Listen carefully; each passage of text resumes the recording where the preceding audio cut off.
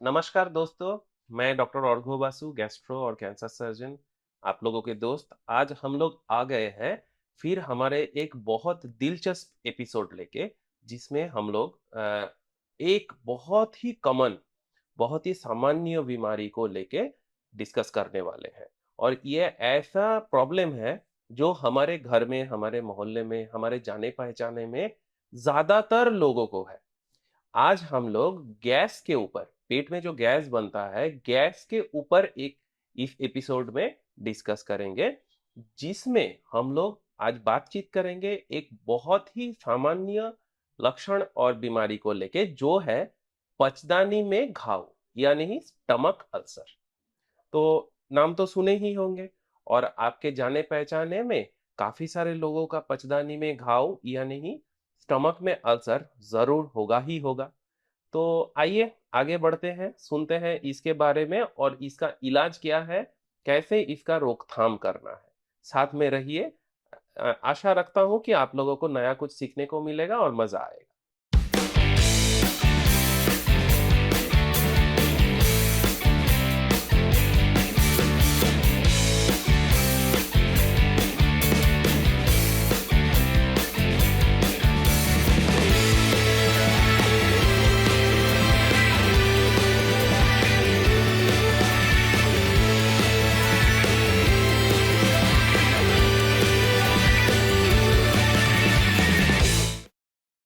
देखिए, गैस का बीमारी इस देश में हर घर में है। घर-घर में है और हर घर में है।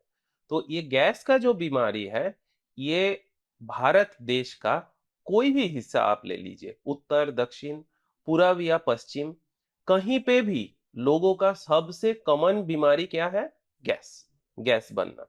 पेट में एक उम्र के बाद बहुत ज़्यादा गैस बन रहा है, ढकार आ रहा है, बहुत गंदगी वाला फाटिंग हो रहा है, गैस निकल रहा है नीचे से, ये बीमारी हर घर में है। अब पेट में इतना ज़्यादा गैस बनने का बहुत सारे वजह होता है, जिसमें हम लोग आज एक खास वजह को लेके थोड़ा डिस्कस करेंगे। वो है पचदानी में घाव, यानी स्टमक अल्सर।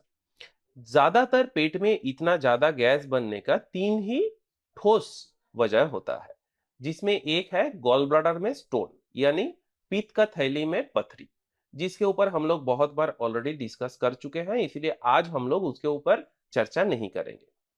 तीसरा वाला वजह है कॉन्स्टिपेशन, यानी कब्ज, जिसका पेट साफ नहीं होता है, पैखाना का रास्ते में बवासीर या फिशर, फिस्टुला वगैरह, ये सब बीमारी है, जिसके लिए पेट साफ नहीं होता है, उसका भी गैस बनता है। तो इसके ऊपर भी हम लोग कई बार चर्चा कर चुके हैं। जिसके ऊपर हम लोग कम चर्चा किए हैं, आज उसी विषय में हम लोग डिस्कस करेंगे, और वो है पचदानी में घाव, यानी स्टमक में अल्सर।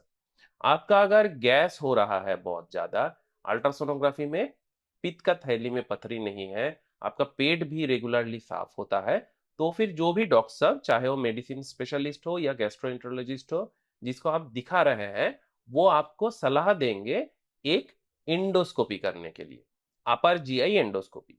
अब ये अपर जीआई एंडोस्कोपी करने के बाद इसमें पूरा फूड पाइप, यानी जिसको हम लोग इसोफेगस बोलते हैं, और पचदानी, यानी जिसको हम लोग स्टमक बोलते हैं, इसका पूरा अंदरूनी हिस्सा, छोटी आंत के सामने वाला हिस्सा, मतलब जिसको हम लोग मेडिकल परिभाषा में डिओडेनम बोलते हैं, D1 और D2, इतना दूर तक हम लोग एंडोस्कोपी के जरिए देख सकते हैं।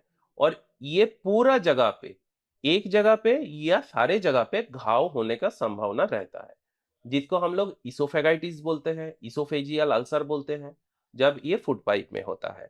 स्टमक अल्सर बोलते हैं या गैस्ट्राइटिस बोलते हैं, जब ये घाव पचदानी में होता है। और ये अगर छोटी आंत में होता है तो उसको डिओडेनल अल्सर या फिर डिओडेनाइटिस बोला जाता है। बीमारी एक ही है, लेकिन पॉजिटिव फैक्टर क्यों हो रहा है, इन्फेक्शन भी सेम ही है, बस लोकेशन अलग है। अब जिसका पेट में पचदानी में घाव है, उसको अगर आप कंप्लीट क्योर नहीं करेंगे, तो ये गैस का दिक्कत आपका जिंदगी भर कभी क्योर होगा ही नहीं। अब ये क्यों बनता है? मेरे जिंदगी में हम देखे हैं 90% गैस्ट्रोएंटरोलॉजिस्ट जो एंडोस्कोपी करते हैं, वो एंडोस्कोपी के समय सिर्फ फोटो उठा लेते हैं, वीडियो करके दिखा देते हैं कि कहाँ-कहाँ घाव दिख रहा है, घाव का ग्रेडिंग क्या है, वो कौन-कौन हिस्सा को अफ़ेक्ट किया है। लेकिन इसके साथ एंडोस्कोपी के साथ एक और भी बहुत ही अहम जाँच होता है, जिसको हम लोग बोलते हैं आरयूटी यानी रैपिड यूरिएज टेस्ट। ये जाँच नहीं करते हैं। तो ये जाँच अगर आप नहीं करेंगे, तो ज़िंदगी में कभी आपका पेट का अल्सर यानी घाव क्योर नहीं होगा। क्यों क्योर नहीं होगा? क्योंकि साउथ ईस्ट एशिया में जितने लोगों का पेट में घाव यानी अल्सर बनता है, उसमें एटलीस्ट 70 टू 80% मरीजों का पेट में ये घाव बनता है एक बैक्टीरिया के लिए, जिसका नाम है एच पाइलोरी, हेलिकोबैक्टर पाइलोरी। ये जो बैक्टीरिया है वो पानी के साथ और खाना के साथ हमारे शरीर में आता है। तो अगर आप जिस सोर्स से पानी पी रहे हैं वो सोर्स अगर सही नहीं है, स्ट्रीट फूड खा रहे हैं, फ्रिज में जमा हुआ 2 हफ्ता का पुराना खाना खा रहे हैं, खाना को गर्म नहीं कर रहे हैं खाने से पहले, या जो भी लिक्विड आप ले रहे हैं उसको उबाल नहीं रहे हैं, तो ये इन्फेक्शन आपका पेट में घुसने का संभावना रहता है।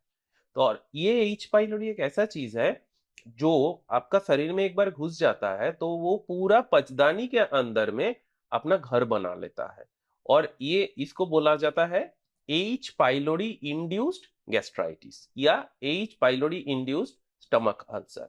ये अल्सर अगर आपका शरीर में रहेगा तो आपका गैस का प्रॉब्लम कभी क्योर नहीं होगा। तो इसको हम लोग कैसे डायग्नोसिस कर सकते हैं? जब हम लोग एंडोस्कोपी कर रहे हैं, एंडोस्कोपी के समय हम लोग पचदानी से थोड़ा-सा रस ले लेते हैं या फिर थोड़ा-सा छोटा मांस का टुकड़ा ले लेते हैं और उसको एक कार्ड में डाला जाता है जिसमें स्पेशल केमिकल देके उसका ट्रीटमेंट होता है। इसमें 15 से 20 मिनट ही समय लगता है, ज़्यादा समय लगता नहीं है। वो जो कार्ड रहता है नॉर्मली उसमें जो बटन रहता है वो पीला कलर का होता है, लेकिन जो मांस हम लोग पचदानी से ले रहे हैं या जो जूस जो रस पचदानी से ले रहे हैं उसमें अगर एच पाइलोरी बैक्टीरिया होगा तो वो यूरिएज नाम का केमिकल एंजाइम बनाता है अपना शरीर में। तो वो एंजाइम के वजह से जो पीला कलर का बटन है कार्ड में वो लाल रंग का या गुलाबी रंग का हो जाता है। अगर आरयूटी पॉजिटिव है यानी ही वो रस देने के बाद कार्ड का रंग चेंज होके गुलाबी या लाल रंग का हो जा रहा है तो आपका पेट में एच पाइलोरी का घर है, और उसको वो घर से निकालना बहुत ही ज्यादा जरूरी है, नहीं तो आपका गैस का तकलीफ जिंदगी में कभी क्योर नहीं होगा।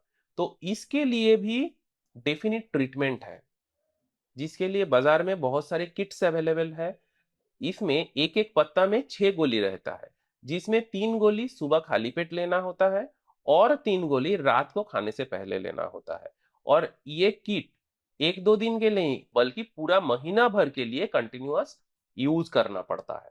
तो 1 महीना का ये कोर्स अगर आप कंप्लीट कीजिएगा, तो आपका पेट से हेलिकोबैक्टर पाइलोरी तत्काल के लिए मिट जाएगा, चला जाएगा और आपका गैस का प्रॉब्लम भी खत्म हो जाएगा।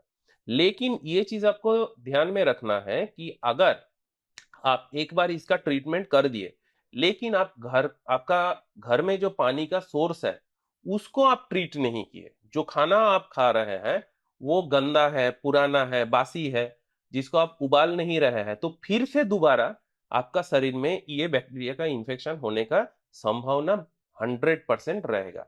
इसीलिए अपना लाइफ़स्टाइल को भी चेंज करना है, अपना वाटर सोर्स को, पानी का जो सोर्स है घर में, उसको भी प्रॉपरली ट्रीट कराना है और साथ में अच्छा खाना खाइए, सेहतमंद खाना खाइए, खाना हमेशा उबाल के खाइए, गरम करके खाइए ताकि ये जो बैक्टीरिया है खाने से पहले अगर आप उबालिएगा खाना को तो वो मर जाएगा, तो आपका पेट में इन्फेक्शन आने का चांसेस नहीं रहेगा।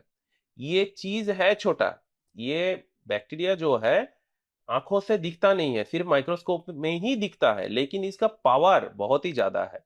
ये पेट में कैंसर भी बना सकता है।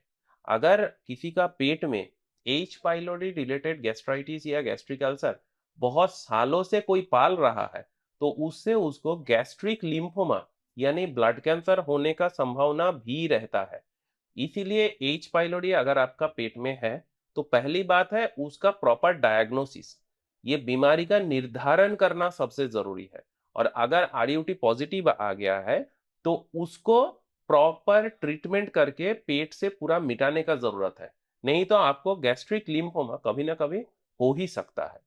इसीलिए इसको नज़रअंदाज मत कीजिए। अगर आपका पेट में बहुत ज़्यादा गैस का दिक्कत हो रहा है, तुरंत डॉक्टर साहब के पास जाके एक एंडोस्कोपी और उसके साथ एक रैपिड यूरिएज टेस्ट ज़रूर कराएँ।